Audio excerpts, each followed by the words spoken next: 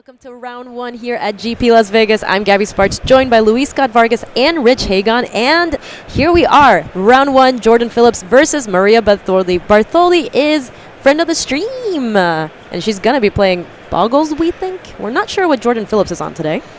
All right, we will see what we see, but hope you enjoyed that fabulous transition. that was spectacular. Production value. Rashad worked all night on that. He was up putting it together frame by frame. When I got in at 6:30 this morning, he was like, Rich, let me show you something. Let me show you something really, really cool. Look. All right. Tell them they can start, Rashad, and let's get this party started. There we go. Jordan Phillips on the left, All right, Maria Bartholdi on the right. Away you go. We have some keeps. Oh, my gosh. Okay, so we... all right. Leyline of Sanctity, and Leyline of Sanctity for Maria. So we have a mirror here. Yeah, this looks like the Boggles mirror. Look. So the two cards get played before the game actually starts, which is funny because then they get to find out that it's the mirror. It doesn't do anything. Well, it does something. It makes it so your ethereal armor is getting +1/+1. It is an enchantment in play for that. Look. Both players have hexproof. No one's targeting anyone. No one also could target anyone. That's just not possible in this deck. But, all right, this is the way to kick things off. Why wouldn't we kick off Grand Prix Vegas with 3 ley lines in play? Why not, right? I've actually never seen this come up. That was kind of amazing. All right, so we're going to get land here for Maria. And we have a critter. Yeah, there it is. Slippery Bogle. Wow, you know someone's dedicated when they foil out their Bogles deck. Well, she loves this deck so much. Look, it's a mirror in more than one way. Oh, yeah. All right, so a Boggle also for Jordan Phillips. And let's see what auras Maria has here. So, Luis, quick question. For the mirror specifically, is there a card that's really important for them? What are they trying to do? Landing Ethereal Armor, which Maria just did, and Daybreak Coronet is the... Wow, this is a armor. Really good start for Maria. So double Ethereal Armor, and actually matters that she has that Leyline of Sanctity, because each Ethereal Armor gets another +1 for it. So that's hitting in for 7 there with the Slippery Bogle. It is going to put Maria on the front foot, as it were, and that is really what you're looking to do. This is also a really fast matchup. Whoever draws more Paths to Exile is probably going to lose because that card doesn't do anything. Or Leylines at this point. Yeah, and I don't think Jordan has any auras. I think Jordan must have mulliganed at least once. There you see Slippery Bogle on the right. 1/1 hexproof. I actually had a question for you. We were talking... Another one? Yes, I have another question for you. Get ready for it. I have a lot of questions for you. Oh, look at that. Hyena Umbra. Does she have anything else? No, she's just going to get in there. I don't think she needs anything else. No, I mean... That's coming in for 10. And we're getting the life total switch right away here. Though I suspect we won't have long to have them on the screen at this rate. Jordan is not long for this world given the way this game is going. I mean, getting a turn 1 creature is really important, so I can see if he mulliganed and didn't have any auras, how that might still be a keep, but that did not work out his way. And Maria takes a quick game 1 over here. Round 1. Yes, you may have spotted, those of you who are paying close attention, that the life bars did not work as we intended there. So we'll try and get a hold of that for you, because it was indeed Maria Bartholdi who wins game number 1. So one of the features of Leylines is that people who put Leylines in their deck, when they have a Leyline in their opening hand, are more inclined to keep that hand, even though they shouldn't necessarily do it, because you have a Leyline in your opening hand. That's exactly what the card says you're supposed to do. So I've seen people keep a lot of dubious hands with Leyline, though I do not believe Jordan's hand was a mulligan. Like, he mulliganed to 6 or 5 and saw a hand of Bogle, Leyline lands, snap keep. There's nothing wrong with that. Turned out Maria just had all that plus a bunch of auras. So one of the things I've heard about Boggles is that probably like the most important decision with the deck is actually choosing how to mulligan. Do you think that's true? I do, because the deck's cards are all... They fit into essentially 2 buckets.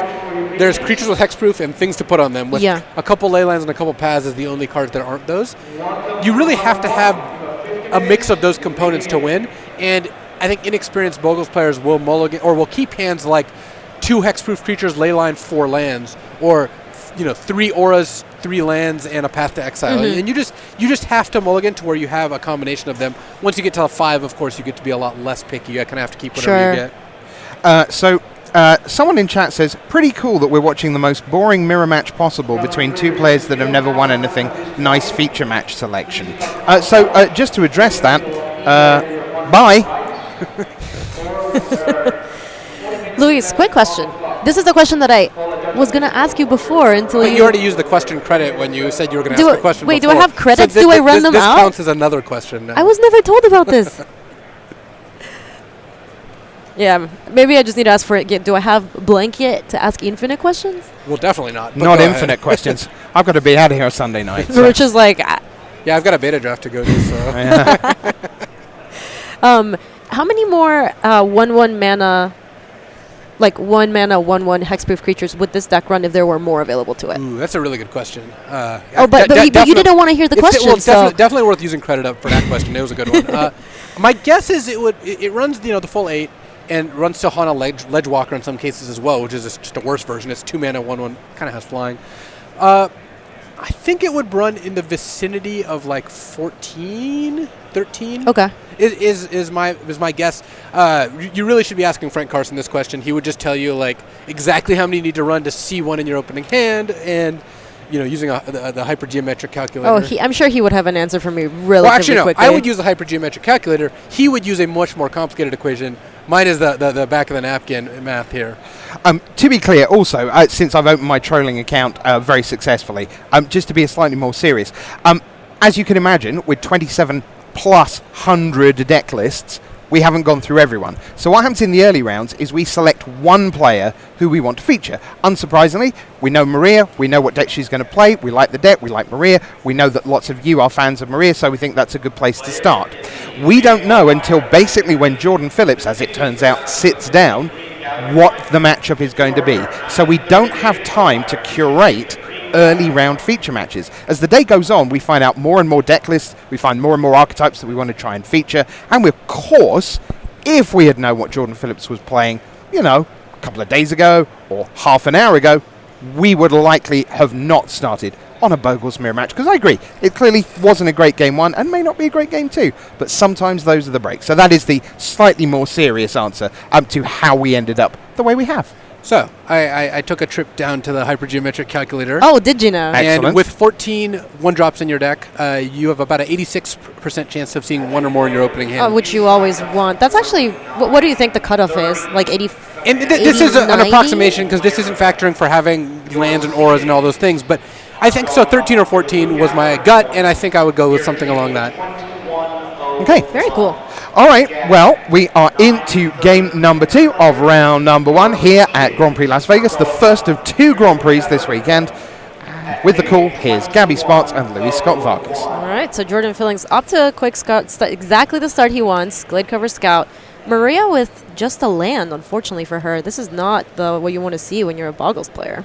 I would assume she has a Silhana Ledgewalker in her hand, because that's the 2 mana 1/1 hexproof version. Otherwise, you're not really inclined to keep... Spirit Dancer, maybe? I think that she might have cut it, or at least, depending on her list. If she's playing them, that could also be the case. But either way, a 2 mana creature, because I can't really imagine a hand you keep without any creatures. Yeah. I would be very surprised. I just ask because, this deck does play Path to Exile, but they're probably... What's the first card that they're going to get rid of post-sideboard, right? It's got to be Path. So Leyline and Path are both pretty bad. It depends on what your individual sideboard is. If you've got nothing better to leave in, you can leave in Path for Core Spirit Dancer, but that's a bit tenuous. Yeah, this time Jordan Phillips has to start the Maria had last time, or equally good. Spider Umbra, Hyena Umbra, get in there. So it's really going to hinge on whether he's got a Daybreak Coronet to follow up with, because that's the moneymaker, and that's the card that you're kind of trying to enable with all the cards in your deck. All right, so here we get to see what Maria kept. Yeah, so it was a Core Spirit Dancer. So the only creature in the deck that does not have hexproof, but it can get big very fast. And it turns all your auras into cantrips. You just draw a card whenever you cast one. So Core Spirit Dancer, left unchecked, is actually much more powerful than Gladecover Scout, but Maria has to come back. This looks like Daybreak Coronet, and there it is. Daybreak Coronet is the best aura for them, right? It is the most important.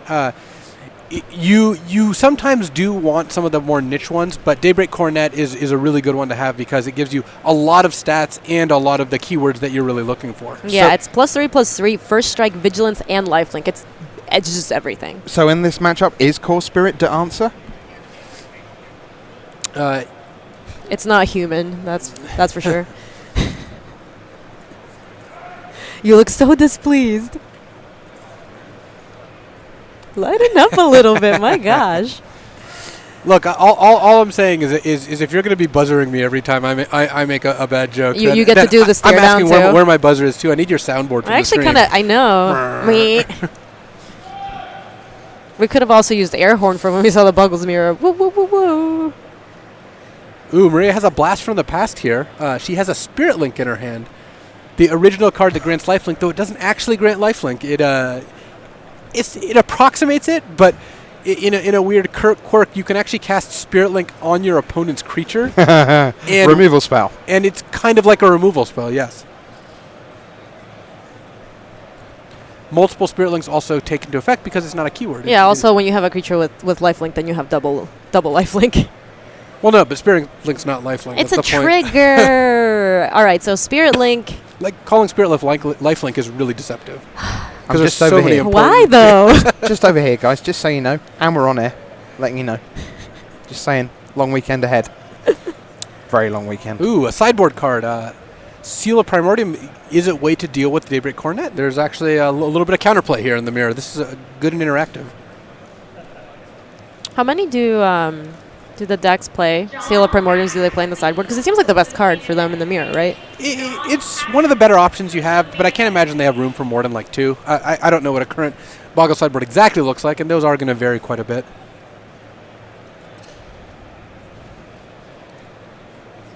Ooh, Chad actually has a really good point. Spirit Link on your opponent's Eidolon of the Great Revel is really busted. Every time it triggers, you gain 2 life. So, oh wow, yeah, that's a way to hose burn real good. You sounded a little bit surprised when you said Chat has a really good point. I actually have great respect for Chat. Don't let me fool you.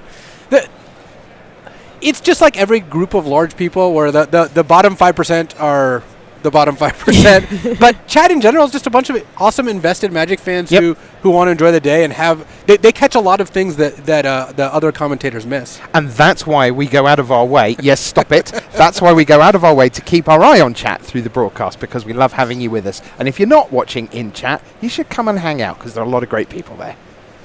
Chat had a pretty interesting question that I saw a second ago, and the question was why Seal and not Disenchant? And it's because Seal is an enchantment.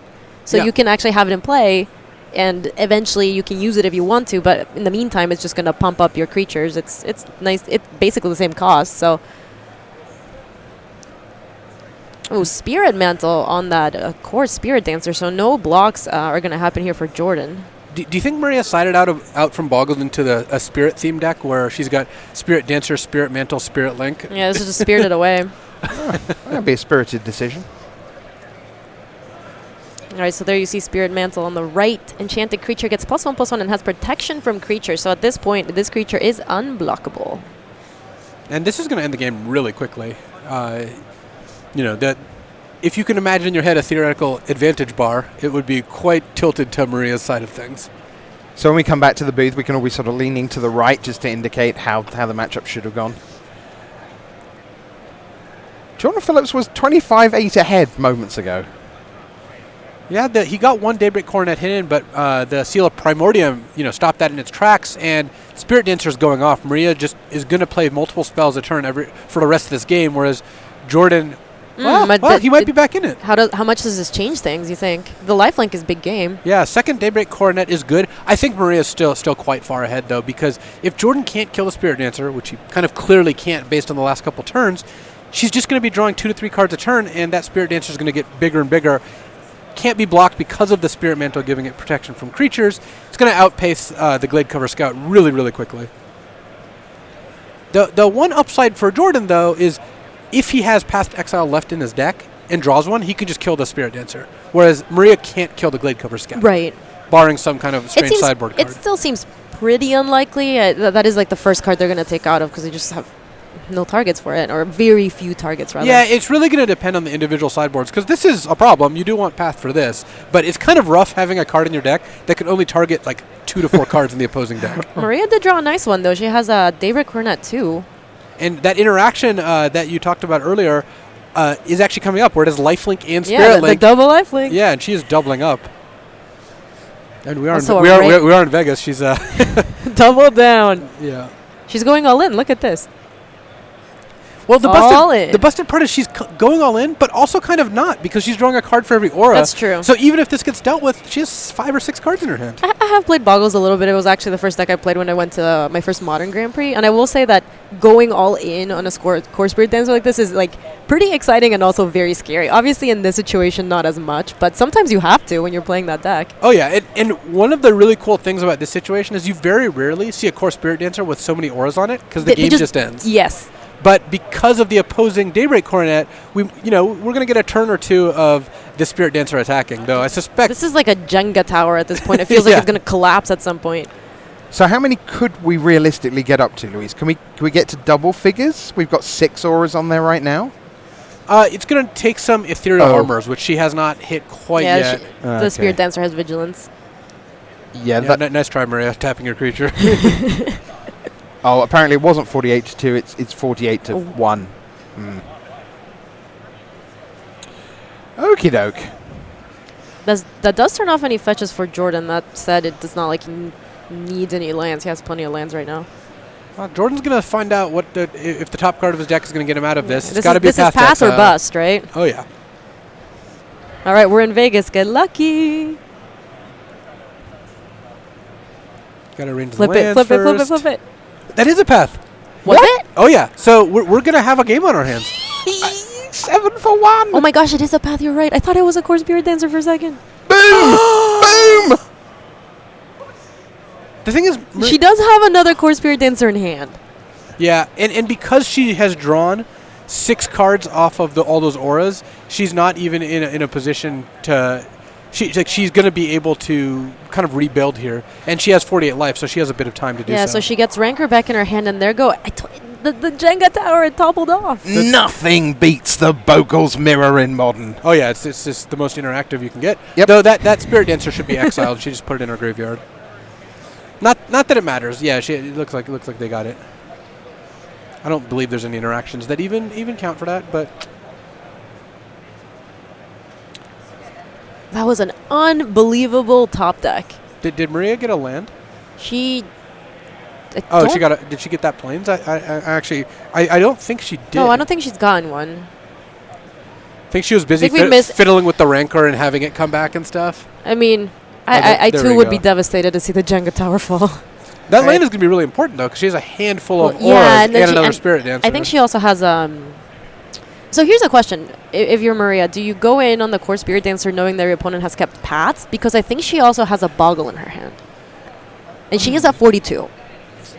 The problem is the Glade Cover How Scout. How big the Glade Cover Scout is. Getting in for 6 a turn with lifelink. So it's also really big, so... And you know that Jordan has no cards in his hand. So I think my inclination would be just to jam on the Spirit Dancer again. Because, again, you just get to draw a bunch of cards. So worst comes to worst, you get to go on the Boggles the 3rd time.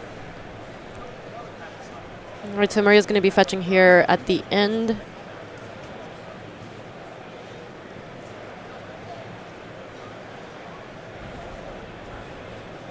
All right, and I think now we fixed everything that happened in that comment. That was... And to be clear, there actually has been a rules change where if you Ghost Quarter, Field of Ruin, or Path your opponent, you are obligated to remind them to get the land. So if there's any confusion there, even though Maria didn't initially get it, it looked like right away, it is actually now mandatory, which I think is a great change. Like that sort of ticky-tack thing is not really what I like Magic to be about. I'd rather my opponents make punts the old-fashioned way. All right, so Maria with a grip full of cards. She has a wealth of options. I mean, she put an entire opening hand in the bin in that one path. Yeah. And she's got a whole opening hand left. I mean, that's where Core Spirit Dancer shines. Is that because she's got foil ones? Also that. Figurative, literally. You can't do that. Yes. All right, so the one downside to Daybreak Coronet is you need a... She has a million ores in her hand, so she just has to do it in another order. Yeah. There you go. Okay, so like Rancor to kick things off, and now she can put Daybreak Coronet. She needs to... Yeah, forget to draw. There you go. All right, and now... Another... Okay, a Umbra, and then she gets to draw. Yeah, and this Core Spirit Dancer is getting big. She's drawn a number of those this game. So Now's the Daybreak Coronet, another draw. So before the Daybreak Coronet, she could have played a Rancor or a Spider Aura. Yeah, okay. Yeah, I get it. Yeah, it's the only downside to Daybreak Coronet. It's an incredibly powerful aura. You do need to put it on a creature that already has an enchantment. That actually comes up a bunch when Spellskite tries to steal a Daybreak Coronet, and you can't unless you've already stolen another one of the auras. Right, Spellskite kind of gets around, or Coronet kind of gets around Spellskite, which is normally a pretty potent weapon against Boggles. All right, she is going to play a Gladecover Scout with her last land drop. Jordan doing some quick maths. One of my favorite parts about commentating on Boggles is how big are these creatures. So the Spirit Dancer is an 0-2, Rancor makes it a 2-2, Umbra makes it a 3-3, Coronet makes it a 6-6, 3 auras then make it a 12-12. So it currently is defeating the Gladecover Scout in hand-to-hand combat. See, if a Boggle is one of those two creatures, it wouldn't be hand-to-hand because I don't really know what Boggles have. Clearly not hands. But Gladecover Scout and Core Spirit Dancer definitely do. All right, so we're going to see a pass back to Maria. And she's drawn a ton of cards, too, so it looks like she still has plenty of gas to go. Yeah, and if she can find an evasion card, she just wins. Also, the Rancor is pseudo-evasion. It means that Jordan can't just chump with his 1/1, random other hexproof creatures. Oh, she is drawing from Horizon Canopy. Yeah, it's great. She has all these expeditions in play, and we're all like, well, we can't really tell which one of those are. But you sacked it, so this has to be Horizon Canopy. For her sake, I hope it's Horizon Canopy, not a Temple Garden or something. I do admire the dedication of foiling this deck out. She has even all the best lands for it and everything. Yeah, that Spirit Dancer is getting pretty thick. Like it's gonna crash in for 1,000,000 damage here. All right, so another Seal of Primordium for her. That takes the Daybreak Coronet away from Jordan. At some point, I'm going to get hold of that deck and just put a white bordered, 6th edition planes in there. Just be shuffling through it and you're like, what is going on here? And there you see the handshake. Maria Bartholdi takes down the match between her and Jordan Phillips. All right, so there you go. Maria Bartholdi wins 2-0. She's the winner. She advances to 1-0. Jordan Phillips falls to 0-1, but there'll be at least one Boggles player in both the winner and the losers bracket. We're going to set up a little interview with Maria, find out a bit more about that match. But first, we're going to come back to the booth while we get Maria ready for that. As you can see behind us, round one is well underway. We're going to have plenty more action coming your way. Luis, if you're going to take Boggles to a tournament, what is the key skill set? As actually Gabby pointed out before, mulliganing, I think, is actually the hardest part of the deck because you have to be disciplined. It's a deck that doesn't need very many cards to win. It's not a Jeskai deck trying to 1-for-1 your opponent or a humans deck trying to stack 5 different humans. You just need a Boggle and 2 auras and 1 or 2 lands. So that's not that many. And you really need to mulligan until you have a right mix of those. Well, there's the second level to that too, I think, which is once you've seen them match up, sideboarding and choosing which combination of creatures you keep actually matters a lot too, because here we saw Core Spirit Dancer was awesome. Eventually it died. It didn't even really matter. But in a lot of other matchups, if that's the only card that you have and you're playing as a Jund deck, you're like, yeah, Spirit Dancer is not really what you want to lean on. You want to lean on the hexproof side. But Spirit Dancer is much more powerful if it works. Yeah. Corey Burkhart traditionally plays Grixis Control in Modern, and part of the appeal to him is that he feels he is obliged to know everything about every deck in the format, and that's the challenge. Where does Boggles lie along that kind of spectrum of understanding opponents' decks, understanding their sideboard, versus I'm doing my thing, deal with it? So from the Hollow One to Grixis Control spectrum, or Hollow One is trying to answer the question of how many Hollow Ones you play, nothing else. Okay. Boggles is much closer to Hollow One in that respect. All right, well, down on the floor, we have an interview ready. So let's say a very good morning to the Rainbow Unicorn herself, Maria Bartholdi. Hello, my dear, how are you? Hi, how are you guys? Fantastic. Great to see you. Well done. Now, look, honestly, I know you've been on camera a ton, but it's different when you're on this side than when you're down in the feature match area. Do you get nervous? Oh, absolutely. I mean, it's like there's kind of a microscope on you, right? And it's the first round of the day, no buys. It's just general GP nerves, I would say. And as you can tell, I played a little sloppy, and I apologize for that, but hopefully I'll get it together for the rest of the day. Oh, no, this is perfect. See, you made the mistakes right now, but then you get them out of the way. Right, exactly. You didn't get punished. You move on to round 2 and just boggle some people. Yep, that's it. That's the plan. Maria, we were admiring the dedication to foil out that deck. Is Boggles just your favorite deck, just full stop? Oh, I mean, it is in Modern for sure. And I think at some point a listener of my podcast sent me a foil Future Sight Daybreak Coronet. Ooh. And I think that's what started the whole trip down into the basement of foiling out Boggles. So I gave one of my friends 4 foil cards for his cube, and that just sent him on yes. a spiral of foiling every card out. I know how that works. That's how it starts. And today even, the insanity is not stopping. I foiled out 4 more cards just today. So there you go. That's how it goes. Maria, are you excited to be on the other side this time around? How are you feeling about the tournament? Oh, it's awesome. I love playing Magic, obviously, and Modern's really fun. I am running a degenerate deck, as you can see, and just getting a chance to play is it's like kicking my feet back and being able to do the thing that you love as well instead of just talking about it, which is also fun. Yeah. But slinging spells, there's nothing better, really. Okay, one more question, Maria, because there are lots of people in the room wearing lots of crazy shirts. Lots of people are wearing the shirt that you're wearing right now. Can you explain what that's about? So yeah, this shirt was a promotion from Wizards of the Coast to raise money for a house in Seattle that helped out LGBTQ youth. And I think they're still running the promotion. They sold out the first time, the Lambert House, and now they're doing it again. I might be wrong, but I'm pretty sure that they're still available for people to buy if they want to help support that cause. Do you know where they sell them? So they're online. Okay. Yep. And I tweeted a link out. I can do it again. If you follow MTA Cast, I'll tweet another link if they've got the sale still going. Yeah, awesome. It's super great cause. Great stuff. Thank you so much. Well, we'll let you get on because you've got a tournament to win. So take care. And you see, you don't want to laugh at things like Rich, you want to go, Boggle them good, obviously. Maria. Eye of the tiger. I will. Okay, take care, Maria. We'll see you very soon. Bye, all right, everybody. Maria Bartholdi there. All right, so we are going to take a little break in just a minute. We're about halfway through round number 1. The good news is we have plenty more Magic coming your way, and that is coming your way after this.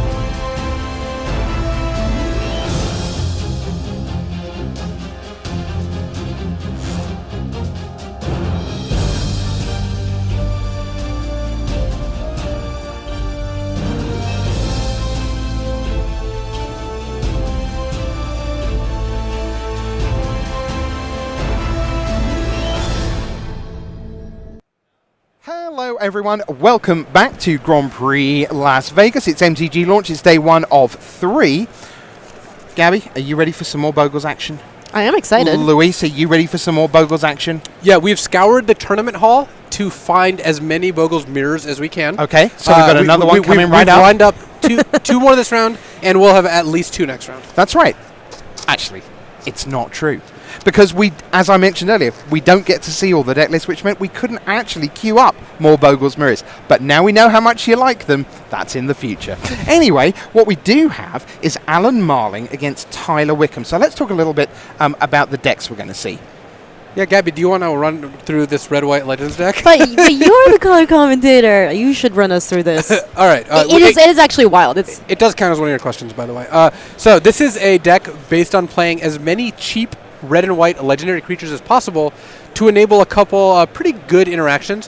One is Mox Amber, which becomes just an actual Mox if you have one of these legends in play. And the other is Urza's Ruinous Blast, 4 copies, which exiles all non-legendary permanents that aren't lands.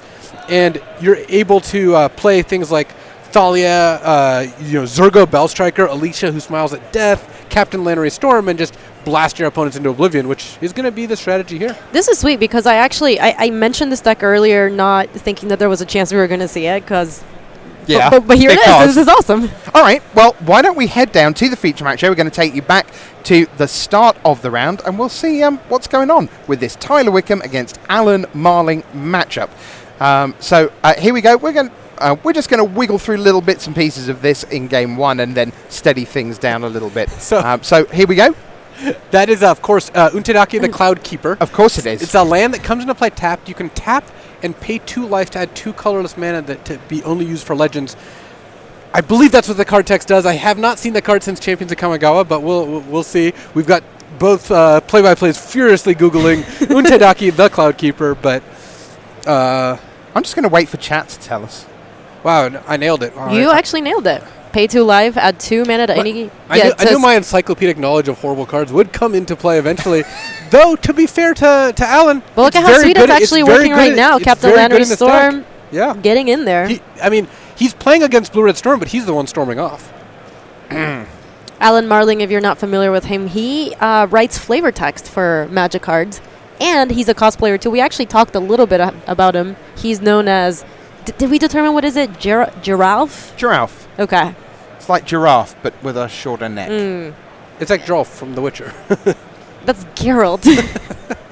So we're going to keep running storm count because we are seeing Blue-Red Storm here. So the storm count is currently 1 for Tyler Wickham and 1 for Alan Marling.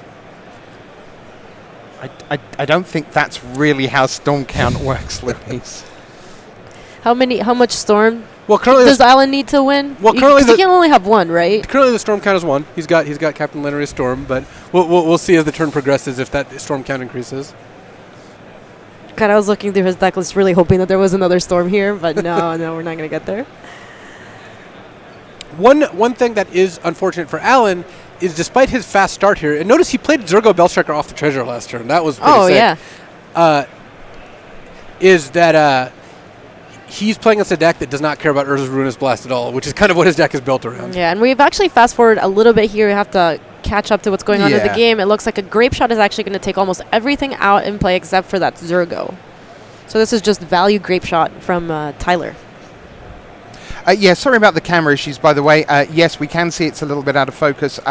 We can't fix that for what you're currently watching because this is recorded. That's the time warp bit. But we will, of course, get on that. Sorry about that. That is also why we skipped ahead in time. It was sweet. All right, Zurgo Bellstriker against the world here. Alan has three lands in hand, and he's trying to get in for 2 a turn. Okay, we're going to bounce forward a little bit in just a moment. I can let you know. Sort of edited highlights, one might say. We just bounced backwards. No, we bounced forward to a lethal Grape Shot, I think. Yeah, what's the storm count, Luis? Well, currently, visibly the storm count is 0, but given the posture of both players, it feels like this Grape Shot's lethal, and there's a bunch of Manamorphoses and spells in the graveyard. I can't. I don't know what's going on. There's no way to tell at this point. No way to tell? You're like a Pro Tour winner. Well, there could easily be a Past in Flames exiled somewhere, and the way Tyler's sitting, it feels like he's waiting for something to happen. Oh, maybe, yeah. I don't think it was actually that, because that's the same that was in his graveyard when he killed the Alicia and Landry Storm. There could be a Noxious Revival somewhere? But Zergo's untapped, which also doesn't happen very often. That's true. It's like a live episode of Magic the Puzzling. All right, so we're going to fast forward once more. Once more through the breach, dear friends. Not quite. Now we're going to see Baral in play. So, yeah, that was not a lethal grave shot. No, in fact, are we jumping forward in time or back in time? That Baral was exiled before. we're just going back to the future. That's really going forward, Rashad. You know the rewind button looks quite like the fast forward button. It's just the arrows go in the different... Jump around. Jump around. All right, so Jump, we have caught up jump, to where jump. the game will continue. So from now on, we will not be skipping forward. We are going to see the Zergo. Yeah, skipping or backwards or anywhere. dangerous. That is bad. No more skipping. Yep. Skipping is prohibited. Okay. We are going to see Zergo get in there for 2. I am surprised that it was tapped the last time you said. It was hard cast? It must have been hard cast beforehand. I think it might have just been they were trying to figure something out. I don't know. I can't really think of a way Zergo would be untapped given this particular board state. So I know this is not a common deck, but just taking it's a legendary deck. They're all... And mostly they're like at least uncommon. There's quite a lot in Dominaria that are uncommon. Someone said in chat, I feel really sorry for Gabby sitting between God. Rich and Luis. And I didn't understand what they meant until just then. It's round 1, too. Yeah. It's so early No, in the weekend. weekend. It's round 1. It's not round 1 and 2. It's round 1. It's round 1 of... If it makes you feel better, it's round 1 of 54. That's how many rounds we're covering. Oh, no, sorry. It's double GP weekend. We're round 1 of 36. Even though I know we're not covering all the limited ones. It's true. Basically, we're here until Christmas. That's what it amounts to.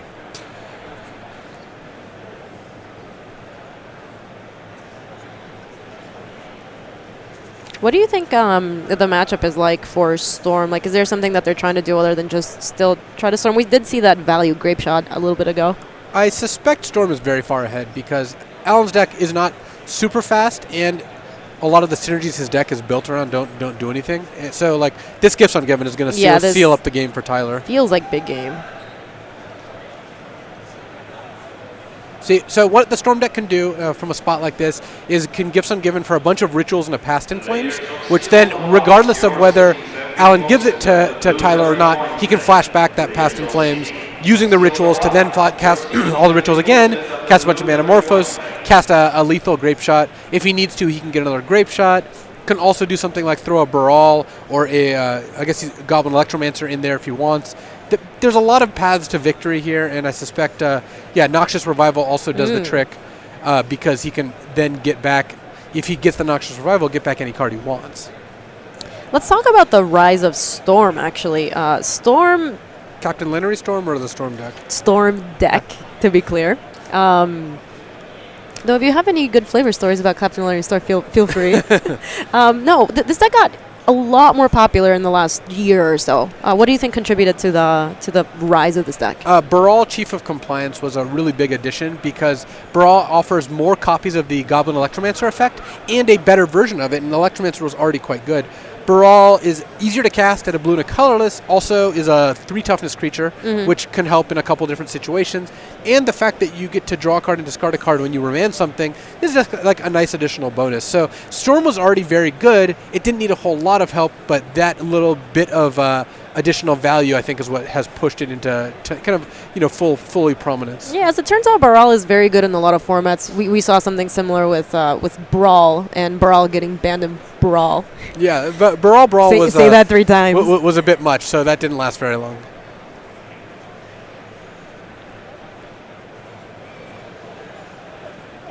All right, so we're going to see a ritual, and okay, this is how Tyler's going to be representing the mana. Oh, I love it. He has floating. Yeah, this is...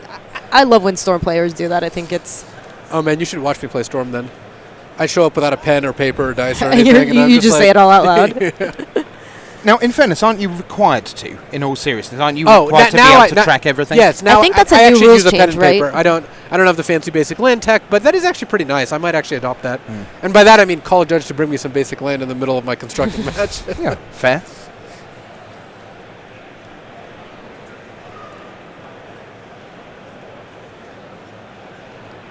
So Tyler does have a lot of, And yeah, this is the Past in Flame, so now he gets to just go for it. Yeah, and this looks more than lethal. He's got a lot of different So ways. many spells in the yard. Also, Alan's only at 13. He doesn't have to do it for that much. Oh, yeah. Isn't lethal binary? Like dead or not? Yeah. So how do you get more than lethal?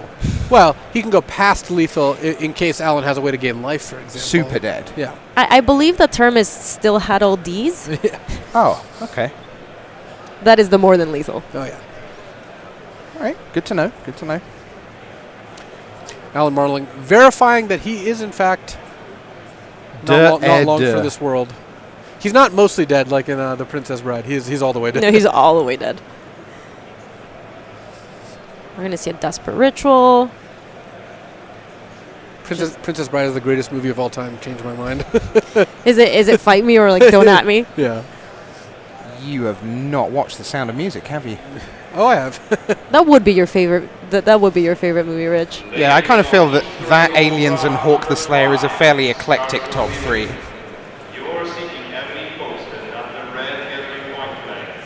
So players are using the white die to represent storm count, while Tyler's getting so much mana using Manamorphose to cycle into 2 blue mana. And he still has so many spells that he can cast from Past in Flames. There's another one going up to 8. This is the kind of the equivalent of the chump check where Alan is trying to see if Tyler will just successfully cast all spells and then cast the Grape Shot. I don't think Alan has anything he can do about it. He knows he is dead, essentially on board. But you do kind of want to see, especially in Game 1, does your Storm opponent know how the components of his deck works? And in this particular case, I'd be surprised if Tyler did not. Oh, especially at a Grand Prix, I feel like it is completely reasonable to just have them go through the combo, make sure they can actually kill you. And against some decks, like Storm can fizzle. Like, that is something that happens. Maybe not from this spot, but sure can. Like, Scapeshift player sometimes doesn't have enough mountains, like these things can happen.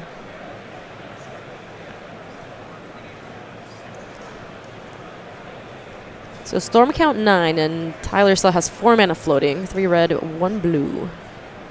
And I don't think he's played a land yet. Because if he hasn't, it's pretty easy because he's got a Remand. And you can go Grape Shot, put all the Storm copies in the stack, Remand the original Grape Shot, recast Grape Shot, and, get 2x plus 1 Grape Shot damage. God, 2x plus 1. It's only round 1, Luis. Can we not do the formula that Well, the good thing is I'm the one who brings up the formula, but I'm the one who also has to solve it. You can just smile and nod, which is, as far as I can tell, most of your job to begin with. I was going to say, yeah. That sounds... I did a lot of that, yeah. So one's doing a quick check on the yard. Well, actually, this is the exile pile at this point.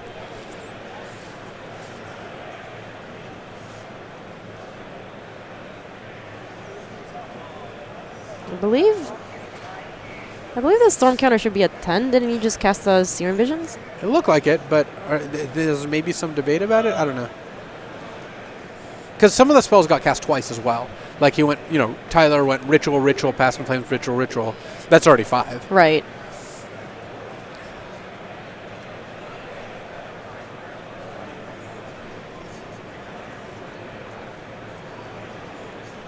Well, it is important to figure out exactly what Storm count is, because that does matter. Given that Tyler has limited mana to work with here. Yeah, Tyler is running out of mana, and he may not have found enough stuff. The problem for Alan is that even if Tyler doesn't literally win this turn, he can likely Grape Shot down Zurgo, Grape Shot Alan down to 4 or 5, and then next turn go off because he's drawn a million cards off all his cantrips. And Past in Flames has Flashback. So he gets to see a Baral and a land. Off of that Serum Visions, he's going to go ahead and bottom both of those. And he found another Ritual, which has to be good. His bottleneck here is mana. It is not cards in hand or action. All right, so Storm is up to 10. Goes up to 4 mana. And 1 mana short of, again, that Remand Grape Shot trick, but if he still has the Noxious Revival and Cantrip, he's got a couple different outs as well. He can Grape Shot, Noxious Survival the Grape Shot, and then if he's got any 1 mana blue spell to draw that Grape Shot off the top of his deck, that's the second Grape Shot, and that is way more than lethal. He can also cast 2 spells before casting Grape Shot. This is number 11, Noxious Survival is number 12, Grape Shot's number 13 at the very least. Question in chat, someone asking which round is it? Let's play trivia. Is it A, Grand Prix Las Vegas, B, Storm 0-0, C, Time Walk, or D, round 1? 0-0. No, it isn't, Gabby. Okay, it's top right. It's the bit just before the modern. It's round 1. Okay, there we go. Yeah, we're about 7 minutes left in the main round, and we still have plenty of action to show you here in our Time Walk match. And we've got more Time Walk action because I think this tournament's going to go pretty slowly through the day because just so many matches means everyone, lots of matches go to time. I can tell you, for example, that there is a table still playing with a 22-minute time extension this round. So they obviously had... That is what ends up happening in the tournament this large. Right. You are going to have some judge calls that are... You know, you get into the 20 minutes extra time, and it's hard to imagine how that even happened, but... I think I had a time extension one time for like 30 minutes. Wow, you must have been trying to get away with something No, really it was good. wild. It was after a deck tech, and the judges didn't put all the cards back in my deck. Oh. But when I piled shuffled, I was short 4. So then they actually showed up at the match, and they stopped the match from happening. They restarted it because I hadn't finished, but we got a 30-minute time extension. It was wild. So Tyler has now as I don't want Rich to object to the more than lethal. He has exactly lethal. Okay. And we are going to see this finish here. So Alan kind of got a comeback from the more than lethal to the merely lethal. Yeah. Yeah, there you see, and there's exactly lethal. Tyler Wickham is up a game here against Alan Marling. And is now infinitely far ahead in this matchup, 1-0. So let's go to game number 2. As you can see, Alan Marling has already gone to 17. We're going to fast forward a little bit. Again, just to catch up for you, here's Tyler Wickham kicking things off with his sleight of hand. And notice that's a Turn 1 Isamaru Mox Kithian. Like that, what? That is some of the really busted stuff this It deck does can look do. like he has the capacity to have some pretty explosive starts. Yeah, Mox Amber is definitely one way to do it. Mox Amber is looking pretty nice in this deck. I don't think he has a second land though, so I think he's not going to be able to follow it up with a 3-drop on turn 2, which would be awesome. This is so cute. It's a little boy and his dog.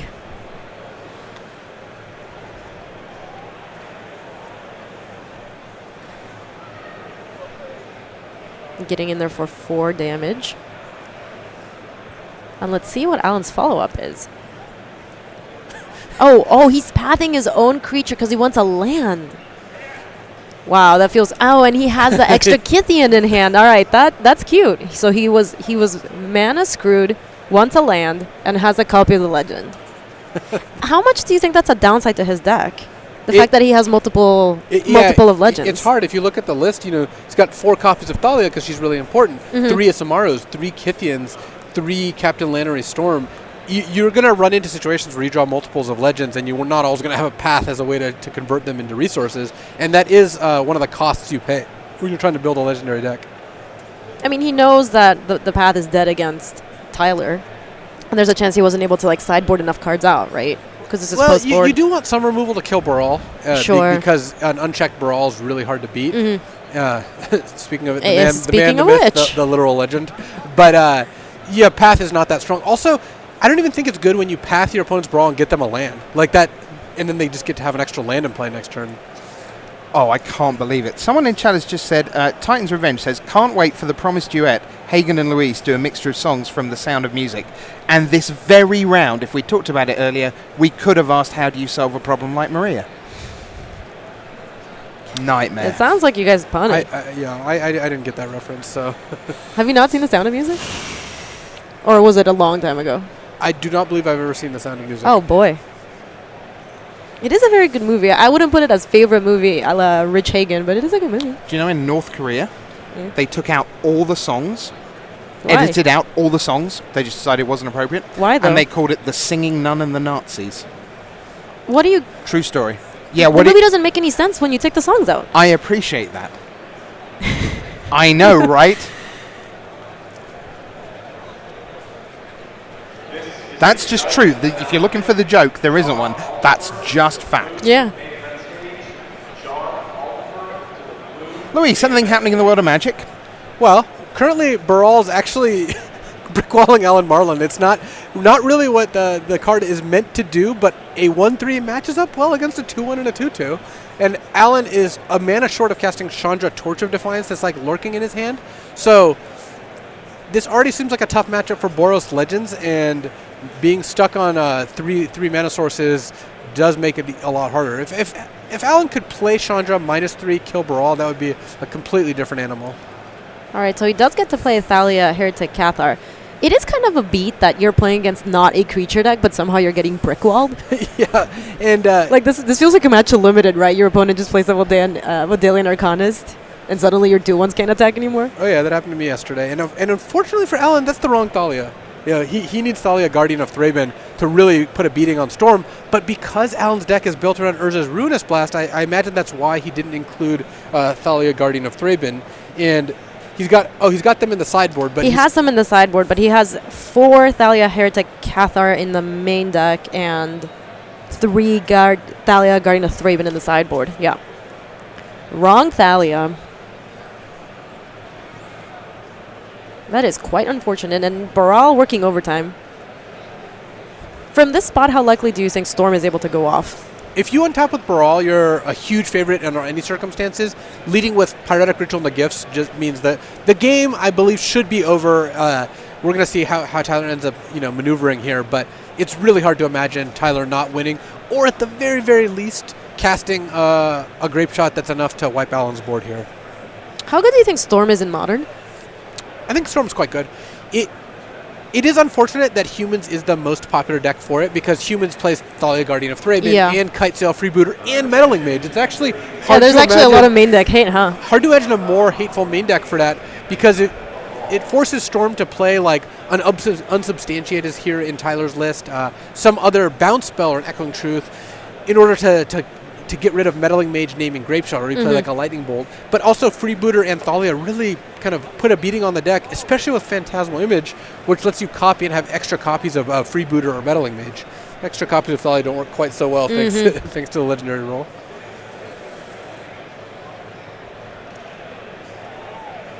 So Donut asks, why does it matter which Thalia Alan has when it comes to Urza's Ruinous Blast, because they're both legendary? The reason he's avoiding Thalia, Guardian of Thraben is it makes Ruinous Blast cost 1 more.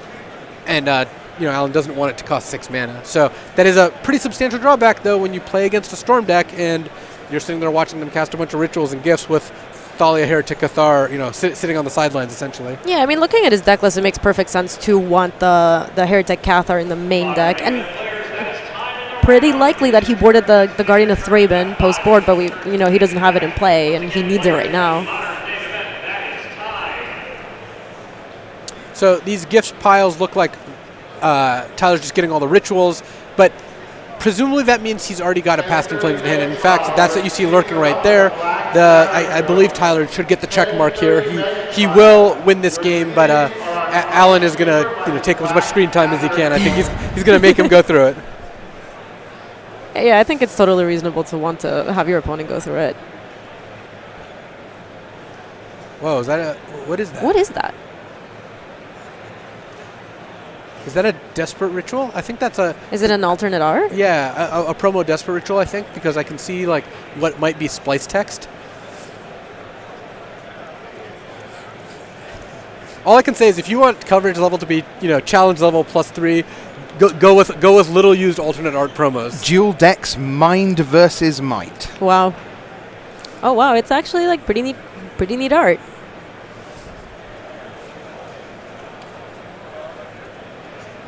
It's like a little waving arms robot. It's like a little goblin.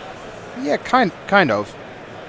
With creature type instant arcane. I actually should have known that because Sam Party and Andrew Beckstrom were battling dual decks Mind versus Might like all week at the Pro Tour. Sam literally brought those 2 dual decks. I'm not even kidding.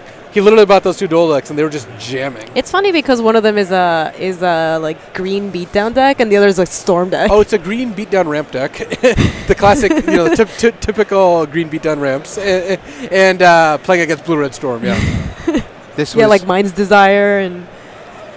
this was testing for the Pro Tour. During. No, this was during. this is This was in after the- they scrubbed. yeah, in the ample amounts of time after the Ah. Pro Tour. Actually, Sam didn't scrub, but they had time in between the rounds, and BK did scrub. Okay. So they were just playing in between rounds. Okay. That's a relief, because otherwise I might have felt I'd identified some causality. No. Gee, I wonder why Team CFB didn't do so high. But man, did they know the metagame of the Mind and Might Oh, dual yeah. decks. Woof. This is an interesting strategy. A die with 5, a 3, and a 4 there. There are, it gets you to 12. There are. That is one of the ways. But Tyler is, each Manamorphose generates a mana and a card. Each ritual generates 2 mana. They all generate a storm. It's all over, but the actual grape shotting here. Where Tyler is just going to get to spend a couple more minutes here, casting cantrips, casting cards from his hand, maybe casting another gifts, but he is undeniably going to win this game unless he would have to find a way not to, given the situation at hand. Mm-hmm. Does this deck ever run into problems of not having enough blue mana, since it's mostly... It's bottlenecked on blue the most. It really is critical to draw more copies of Manamorphose. Yeah. Because that is how you convert red into blue mana. Oh, Galder has actually a really good question that you might be able to help answer me. Should regular-sized empanadas be eaten with a knife, a fork, or hands? Hand? Yeah, obviously it's Obviously hands. it's hand. That's not even a question. Also, I like our subject of conversation, given that we have a Storm player comboing off. Basically, when you have Brawl in play, Gifts just generates a ton of mana and a ton of Storm. And Gifts Ungiven is a funny card where it looks like it's giving the opponent a choice, but it's really not. Most of the times where Gifts Ungiven gets cast, your opponent can choose the method of them losing the game, but you're putting them in a false choice scenario. I was going to ask, is there, I don't typically play Storm, I usually play against Storm, so as the opposing, Storm opponent, are there any rules of thumb to what you should give them, given what you think that they have in hand? So the kind of the with gifts, the different right? axes Yeah. are mana, so cards like the Rituals, colored mana, so Manamorphose, Yeah. card draw, so cards like Serum Visions, Opt, and Sleight of Hand, and then Brawl or Goblin Electromancer, and you kind of have to figure out what they're the most constrained on and try to give them the other effects. The other part of it. So sometimes if your opponent has tons of mana, you just give them Rituals because you've conceded the mana fight, and you're just hoping they won't have enough copies of Manamorphose to get blue, or you're hoping that they won't have a cost reducer like Brawl. But look at this situation. Tyler got to gifts for a Grape Shot and a bunch of Rituals, and it doesn't matter what Alan gives him. He's just going to use Capacity Flames to get access to all of them. At a certain point, they're just rolling, right? It's almost like you can't stop them. But I do know that sometimes they do their first gifts, and it feels like maybe they have a chance to fizzle, and sometimes they do. Yeah, they do sometimes, but here, double Grape Shot is already going to do 15 plus 16, 31. There's really nothing Alan can do about this, but if he wants to play it to the bitter end, that is more than his right to do so. Mm-hmm.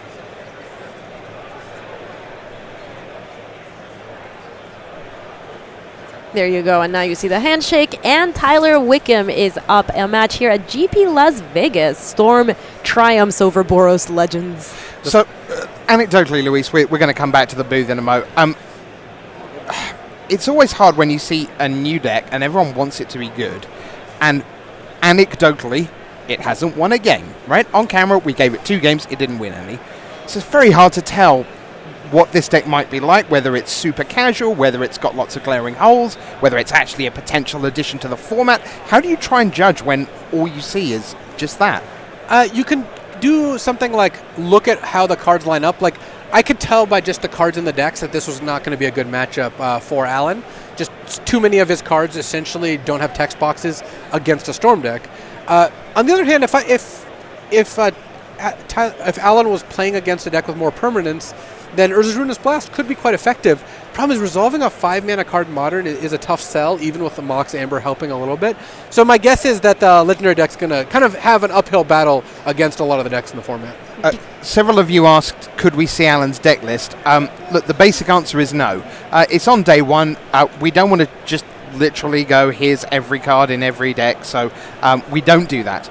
So that's not the... I suspect if you I was going to say, if you ask A. Marling on Twitter, and that's his Twitter handle, it's A.E. Marling, I'm sure he would be thrilled to know that people are excited about his deck, because there's a lot of people who like it. But we can't make that decision for him. That's right, yeah. So A.E. Marling is where you want to go for that. So we still have more Magic to bring you. So we're going to go back to the start of the round yet again. It's round number 1, A, B, and now C.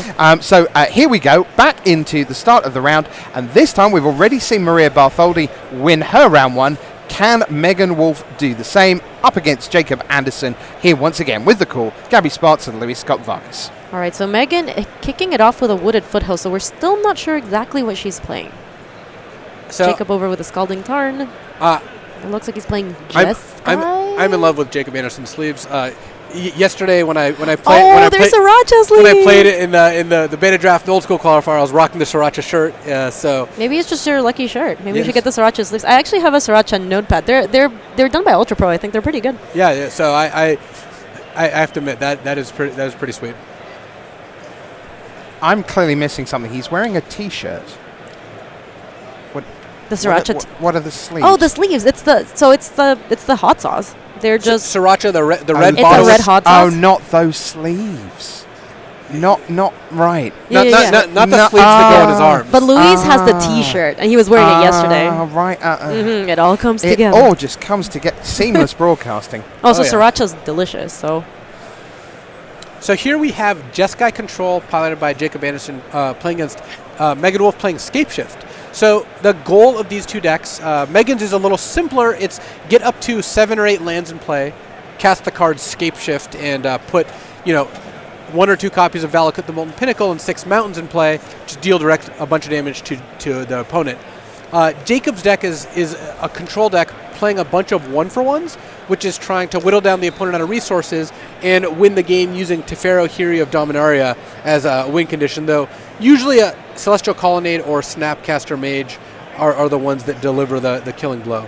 So Megan actually has something pretty cool in her deck that I wanted to ask you about. She's playing Hour of Promise. Is this new tech?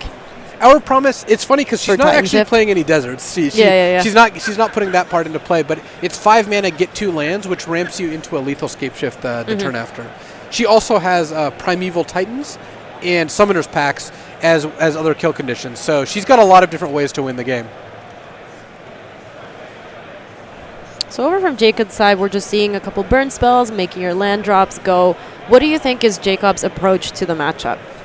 Well, one of the disadvantages for Scapeshift actually is that Field of Ruin, a card we talked about earlier, has become more popular, and that makes it a little harder for the Scapeshift deck to win off of a Primeval Titan, because sometimes against a control deck, if you can resolve a Primeval Titan, you go get 2 Valakuts, and then even if they kill the Primeval Titan, all of your mountains are now Lightning Bolt or double Lightning Bolt, and you could whittle them down that way. But the Field of Ruin actually gives Jacob a few outs to that. In general, Megan's just going to try to stick threats, and usually if one of them resolves, she's going to end up winning. The Jeskai deck's job is to counter all of the threats Megan plays, using cards like Logic Knot and Cryptic Command. Yeah, so Jacob uses that Logic Knot here to counter that Colony Heart Expedition. We're going to see a land from Megan, pass back to Jacob. And it's actually Valakut, so this is even an uncounterable win condition if Jacob can't find a Field of Ruin. Eventually, Megan's going to be able to play enough mountains that she'll start hitting Jacob for 3 a turn. This deck plays a lot of Field of Ruins. Let me look and see how many he has. Yeah, he has 2 in this deck. Yeah, and some of the decks play 4. So unfortunately for Jacob, this is a matchup where he wanted 4. He would love to have 4 Field of Ruin. So this is not usually the mode that you see Steve in. He's just getting in there for 1 every time. Yeah, so well, one of the reasons Megan may not want to sack Cursed Traveler quite yet is she wants to wait until she's gotten Jacob down to 18. 18 is a critical life total because it means you can kill the opponent off a Scapeshift with 7 lands instead of having to wait to 8. Oh, but look right there. Speaking of which, Field of Ruin. All right, so if you're Jacob, how exactly are you planning on using this Field of Ruin? Are you just trying to... he's using it right now, but... I would activate it, yeah. I think that's mainly the... No, I get that, but I'm saying, are you trying to, get her when she's trying to escape shift or something? You want to kill Valakut sooner rather than later. Okay. Just because, assuming you have the mana able to do that, because it does cost you some mana, because Megan is getting dangerously close to where she can actually start hitting for 3 for every mountain.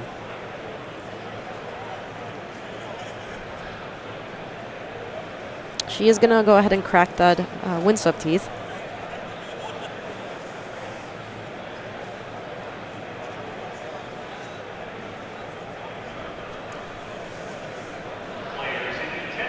Though it is funny that Field of Ruin getting Megan a mountain enables later Valakuts actually kind of well.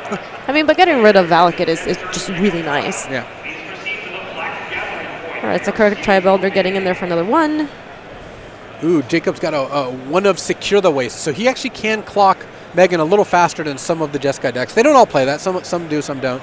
And Secure the Waste is an actual clock. So that is good in this matchup.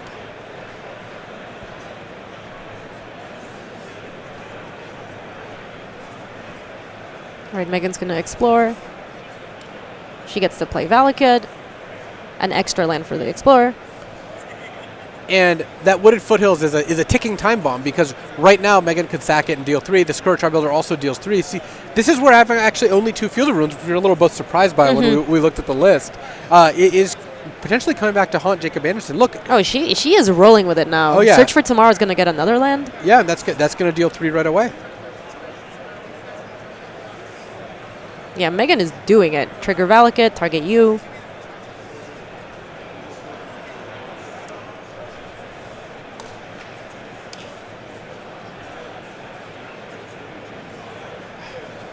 Honestly, one of the really big problems I have with this feature match in particular is if you switch the sleeves on both decks, it would line up so much better.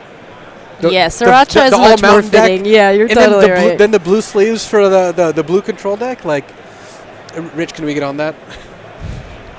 I'm sorry, players. We need to take a break. All right, so our life totals are updated now. And they're about to change in a second again.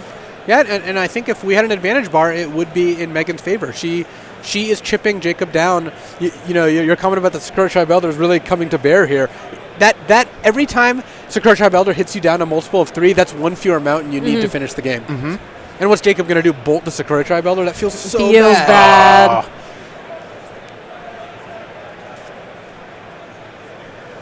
If you're Jacob here, what are you trying to do to get out of this? Lightning Helix helps because it counteracts one of the Valakut triggers. Snapcaster Mage for Lightning Helix is also kind of nice. The Secure the Waste I mentioned earlier could pressure Megan a little bit, but the best thing you could do is probably just draw the second Field of Ruin. Are you just on the Field of Ruin plan? Yeah. Uncounter, and one of the things that is so rough is with that Valakut in play, Megan has no dead cards in her deck. She has, 3 forests, which don't do anything. Every other land triggers Valakut. Every other card in her deck gets a land. The Prismatic Omen is actually a kind of neat card, which she might not want to draw here. It turns all your lands into all land types. So it means that whenever she plays a land, it's a mountain. So Wooded Foothills triggers Valakut, then you sack it and trigger Valakut again. Yeah, we're going to see a baby Sphinx's Revelation from Jacob. I mean... Okay, it doesn't matter what the size is. It's a Sphinx's Revelation. We should just be silent and revel in the glory that is. This is more like a Sphinx's minor insight. Sphinx's shower thoughts. just less of a revelation.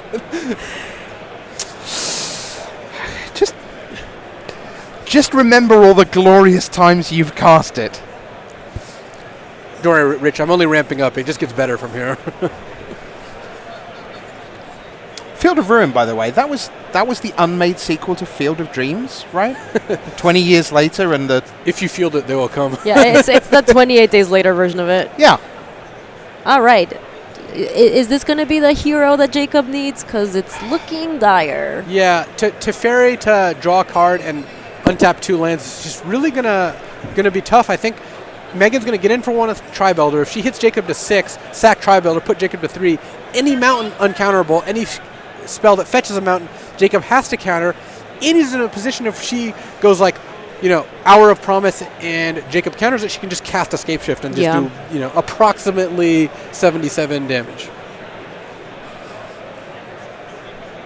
Yeah, so Tribe Elder doesn't care about the fairy getting in there for another one. And now 2 mountains are going to seal the deal. Ooh. That is the Hour of Promise. Exactly. All right, Jacob. As promised.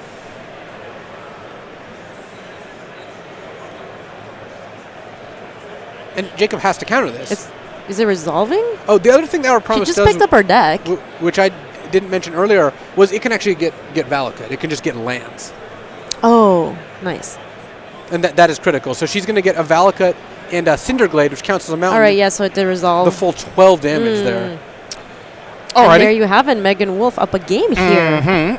So still going in the round. So let's get into game number 2. We'll see how much we can show you here. What do you think happens to both these decks post-board, Luis?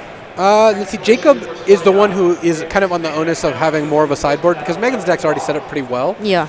And he's got Surgical Extraction and Vendilion Click, and those both do some good work against the Valakut deck. As much as I love Surgical Extraction in every matchup, this is actually a matchup where if you Field of Ruin a Valakut and then Surgical it, that is a pretty big game. How do they beat you if you do that? Is it just with Primeval Titans and maybe Obstinate Bailout or other They big have so many creatures? ways to deal with Primeval Titan, though. They do. So the Jeskai deck is not that worried about it. Yeah, they have Verdicts, Path to Exiles. Well, they can just counter it. Megan gets some copies of Tireless Tracker, which is a card I have a lot of respect for after playing Lands and Legacy. I think you can bring in Tireless Tracker against almost everything except aggro and be pretty happy with the result. It's just such a powerful card.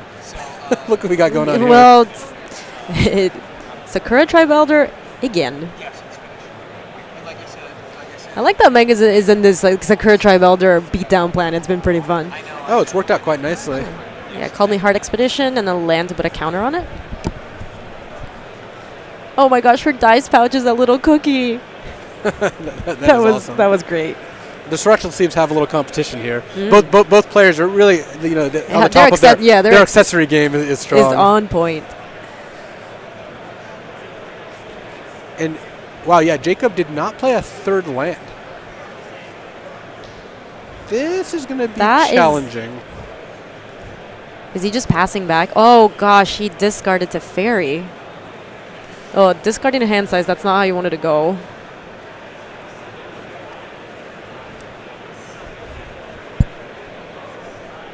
Meanwhile, Megan's making all her land drops and searching for tomorrow. He does have the counter spell for it. Logic Knot will take care of that. Do you think Jacob missed a land drop so he could discard Teferi to enable his Logic Knot's delve? That technology. Oh, Megan missed a land drop there too. Yeah, that was going to be her land for the turn. So she may want to sack this Elder at some point. We might have a battle. Though Megan's in a position where she has a Colony Heart Expedition, which has landfall, put a counter on it. When you have 3 counters on it, you can sack it to put 2 lands into play.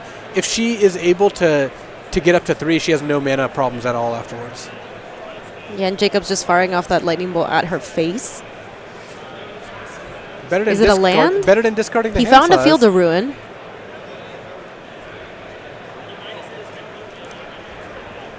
And it looks like Megan's going to crack both these Sakura Tribe Elders to put 2 counters on the Expedition.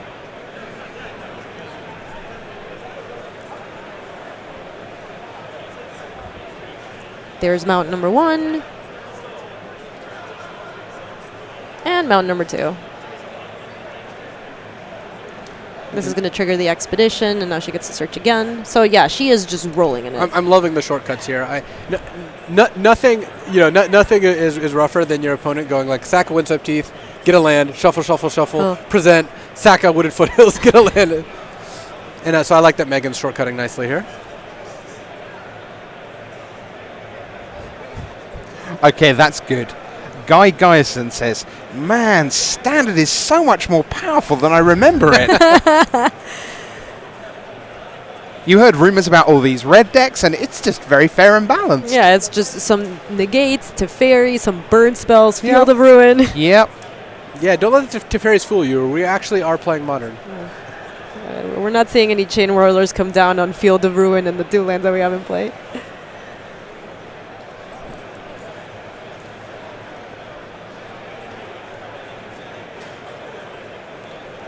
Megan has some good opportunities here. She can start resolving spells because she has so much more of a mana advantage over Jacob, and she's got the Valakut. So even though there is a Field of Ruin on the other side, the Valakut will prompt that, and she may be in a position where she can maybe get an activation or two because Jacob might have to tap out to counter something here. In fact, if Jacob doesn't have a counterspell, this could be a really big problem. All right, so he is using the Field of Ruin there to stop the Valakut activations, but he does not get to counter. Yeah, and so Megan gets the lands. And no, Megan got a forest here with the Field of Ruin. Oh, the Surgical! Okay, this is a problem for her. So Surgical targeting the Valakut. Oh, we got a game here. Yeah, we do. Because we really do. That situation actually came up. The Surgical targeting Valakut means that Field of Ruin was Jacob's best draw. Now Megan can't get Valakuts. There's going to be none in her deck. She's on the beatdown plan of casting that Primeval Titan and hoping it goes the distance. Yeah, I mean, she does have the Sakura Tribe Elder too. Don't make fun of that little guy. I mean, it is a better plan than the Sakura Tribe Elder beatdown plan. Approximately 6 times better. I wouldn't even go with approximately. I would say that you are technically correct there. I think Jacob, despite discarding the hand size being on I mean, three he might lands have versus actually kept that hand knowing that he had a Surgical, because it's just so good if he does manage to get rid of the Valakut. Yeah, and basically Megan has to hope that, we have to hope for Megan's sake that she boarded in Tireless Trackers, because the Tireless Tracker can end the game really quickly as well.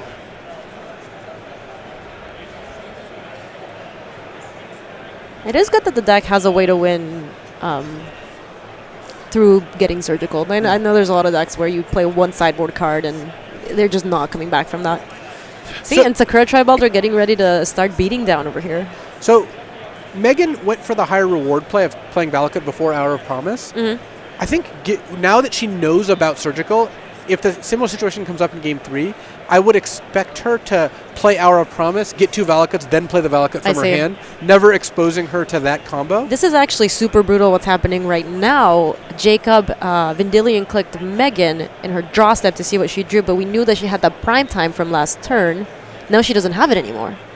And she's going to need to find a Tireless Tracker or another Primeval Titan very quickly here. Yeah, chat confirms that she does have Tireless Trackers because we saw them when Jacob was looking through her deck. Oh, sweet. Yeah, but she needs to find a clock. Well, I guess getting rid of all the lands in your deck is a way to draw prime time. Sure, can't quite tap Wooden Foothills that way. Unless there's an Urborg in play, I haven't noticed. But she could just tap one of our other lands instead. I'm guessing that neither of you are the correct people to ask about why Primeval Titan references Deion Sanders. No, I would say that's a swing and a miss. Oh my god! I mean, at least it was a sports reference. At least it's kind of embarrassing that done. the caster from the UK knows more about football than either of the casters from the US. I wouldn't worry about it. I know more about football than most people. It'll be fine. Well, that does solve a mystery. I was wondering what you were knowledgeable about, and I guess the answer is now football. No. Okay.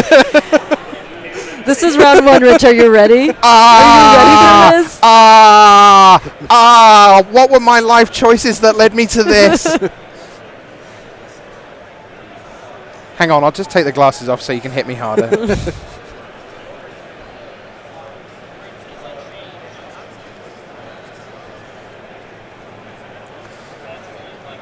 Oh, Jacob is wasting no time here. And neither is Megan, actually. It looks like we're going to get a Game 3. We are going to get a Game 3. Now, how close was Megan to winning that match outright there? Oh, very close. Had she reversed the order on Hour of Promise and Valakut, she would have won that game very easily. However, she didn't know Jacob boarded in Surgicals. That's not something you can assume. Her play made sense given, without knowing about Surgicals. Yeah. So now like you said, you probably expect her to play it a little differently, right? Let's see if Jacob has any Surgicals in hand. Does not look like it. Let's see your visions. Looks like Jacob's finding some lands from that. One top, bottom.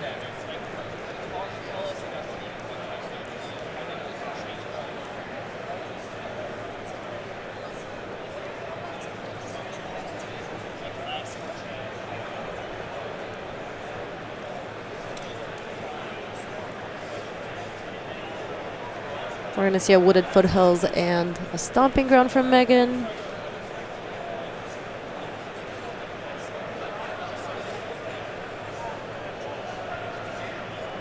All right, let's see what she has on turn 2. Nada. Just a straight pass to Jacob. And Jacob this time is not going to be missing land drops. Yeah, one of Megan's best cards across the board is Conley Heart Expedition if you draw it in your opening hand. It's one of the worst top decks. It's always the most brutal, like, I need any land or spell to win the game. Right on time, Conley Heart and Expedition. It's always Conley Heart. But if you're able to Conley Heart on turn 2, you're in really good shape. All right, so here's the sideboard technology, Tireless Tracker. So how good is this card against Jacob? Well, very good, except in this particular case, it's going to eat a lightning bolt very quickly.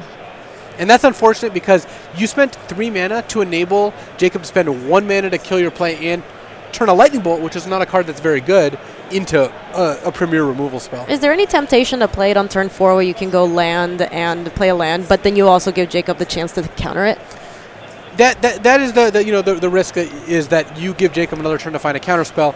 I'm pretty allergic to playing turn 3 Tireless Tracker in general. I just can't stomach the thought of getting it killed without getting a clue. Some Valley. But that's just me.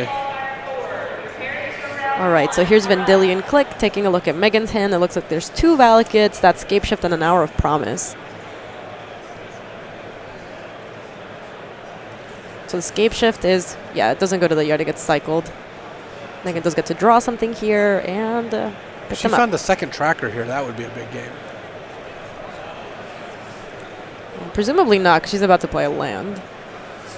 And despite the fact that Megan got Field of Ruin Surgical before, I think that she's supposed to play Valakut this turn because it does enter the battlefield tapped, and she does want to ramp up to 5 to cast Hour of Promise. All right, Vendilion Click getting in there for 3. There's a Field of Ruin.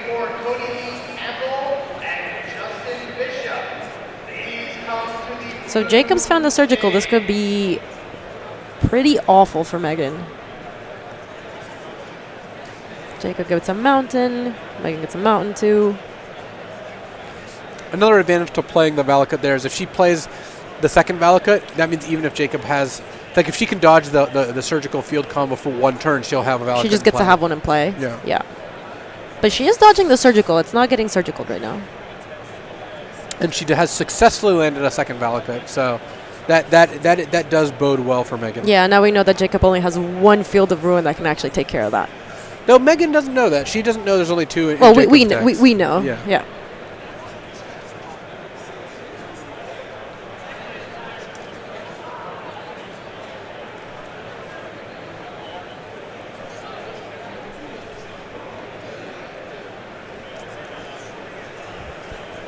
Who do you think is favored in this matchup post-board?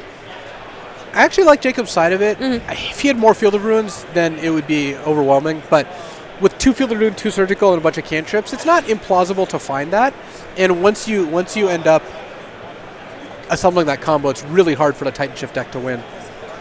And one of the things that actually works in Jacob's favor is that, frequently Megan's going to get value out of boarding in Tireless Tracker because opponents will board out a lot of their removal spells because she doesn't have, like, her only creature that really matters is Primeval Titan, and that does enough damage just by hitting the board. Right. But Jacob is just forced to leave in Bolt and Helix as a matter of course, so her Tireless Tracker is less of a sideboard bomb than it would be otherwise. It does feel like a lot of times when you're playing against Scape Shift or Titan Shift or whatever, once they've already played the Primeval Titan, you're, like, preemptively bringing an answer to Primeval Titan is just, you're already losing at that point. Exactly. Like if you're casting Terminate to kill Primeval Titan, it's you're just like, well, you're already just losing. So Megan tapping out for 5 potentially. Yeah, looks like he has that Hour of Promise in hand. And if it resolves, that's going to be pretty bad for Jacob because and it looks like it's resolving, and she gets to get any land. She's going to crack that Wooded Foothills right now.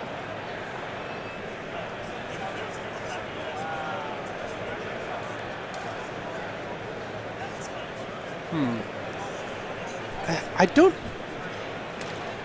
So I guess she could technically get 2 mountains and start nugging Jacob, but that she would have had to hold priority and crack Wooded Foothills in response to Hour Promise in order to do that. And I don't. Yeah, I guess that's how the timing worked. If both players agree to it. So she is going to take one of those triggers, target Dillian Click, Yeah. which slows down Jacob's clog significantly. I think she needed to be more clear about fetching first, because you can't Hour Promise, see if it resolves, then fetch, then get 2 mountains and double trigger Valakut. There's no real strategic advantage. She should just fetch first anyway. But if Jacob's okay with it, then it does fly. But in that spot, I think he could make an argument there that she passed after casting Hour Promise. Okay. So it looks like Snapcaster Mage flashing back a Lightning Bolt. But we're also, I want chat to keep in mind, we have the view from above. We don't know what the players said. Right. And if both players have agreed to this board state, they very easily could have communicated in ways we don't know. So I will obviously, I'm fighting the tide to try to get chat to calm down, but I do think it is worth noting that we're seeing a picture of the game state. We're missing one of the components, which is sound. Right, and Magic is a game of conversation a lot of the time. Your first mistake was trying to calm chat. There is no such thing as taming chat. I am like a level 3 chat wrangler, but even then. So Jacob looks to be getting pretty aggressive against Megan. He's trying to go for the, bolt your face plan. He has a lightning helix in hand. Yeah, and that's actually a Celestial Colonnade hiding in the corner there. Oh boy, you're right. So he could put Megan on a 1-turn clock. That is the Celestial Colonnade promo. Yeah, just bash for 6, put Megan down to 3, and then you died Escape Shift. But if you don't have a counterspell, which probably doesn't, given that Hour of Promise resolved, you might be dead anyway. You might as well try to end the game.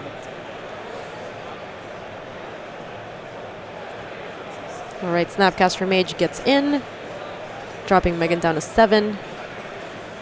So it kind of indicates to me that Ryan may have a counterspell, given that he did not attack with Celestial Colonnade, though he could have also have something like Sphinx's Revelation or Secure the Wastes.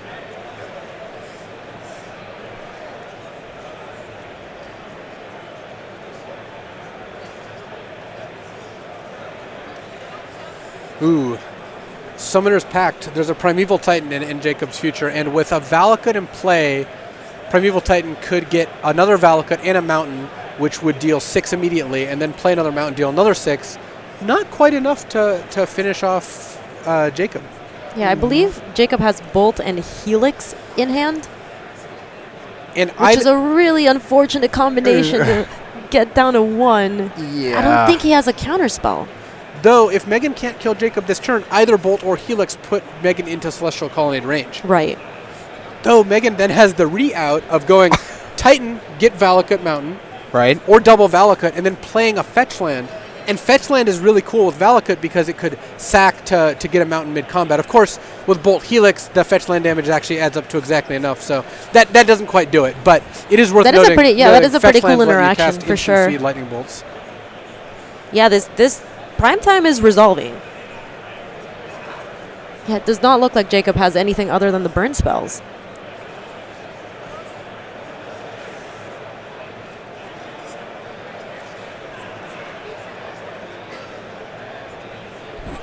Like to congratulate you both. We've been broadcasting for 2 hours now here in round 1 from Grand Prix Las Vegas. Between pre-game and round 1, Gabby, you're looking utterly horrified. You're basically going to be 50 by the time you're out of the I chose booth. this fate, Rich, too. I know. I realized this morning. You chose your I own chose adventure. this. Oh, for me, it's like it's passed by in a flash. You know, time flies when you're having fun, and this has been great. Yeah, we have had an awesome time, and I hope all of you at home are as well. It's great to have you with us. Over 7,000 of you here on a Friday morning, and we really appreciate that. We've got so much cool stuff to bring you over the weekend. Coming up, Brian David Marshall and Paul Cheon will be alongside me for round 2 of MTG launch. As the day goes on, we'll bring you the pro show, lots of interviews from the feature match area. Winning in, you'll see the 5-0s, the 5-1s, the 5-2s trying to claw their way into day 2. And then we'll be back again tomorrow with Good Morning Magic, MTG Red Zone, and then the Saturday edition of Sunday Night Magic, because of course that's what you do. So this interaction exactly came up. Megan has the fetch land. She's ready to snipe the Colonnade. The double bolt puts her to 1. She can't crack the Wooded Foothills. And Celestial Colonnade, I think, is going to close out the game for Jacob Anderson.